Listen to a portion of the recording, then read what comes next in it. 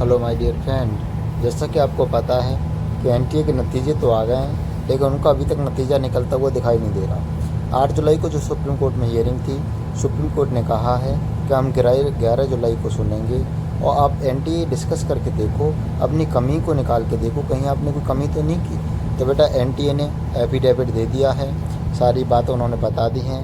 पहली जो बात उन्होंने कही है, एनटीए के अकॉर्डिंग द मार्क्स, जो मार्क्स का डिस्ट्रीब्यूशन है, एनटी ने कहा था marks distribution follow the bell shape curve. जो मार्क्स है वो बेल शेप कर्व को फॉलो कर रहा है। They witness any large scale exam indicated no abnormality, यानी कि इसका मतलब ये हुआ है कि बेल शेप कर्व को फॉलो कर रहा है, इसका मतलब एग्जाम में कोई भी एबनॉर्मलिटी नहीं हुई है। City wise and centre wise analysis wise done for 2 year, हमने 2 साल तक का डाटा हमने एनालिसिस किया।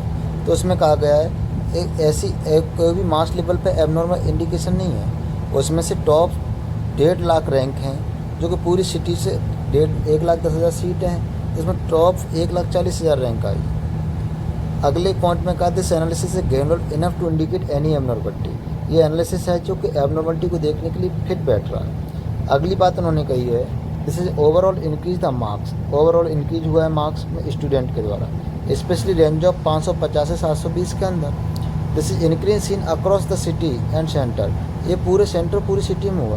This is to 25% reduction in syllabus, और ये इसलिए हाई मार्क्स आए हैं क्योंकि 25% रिडक्शन हो गया सिलेबस का।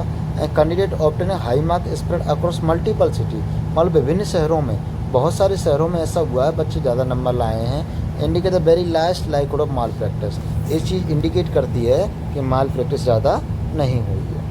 Thank you so much.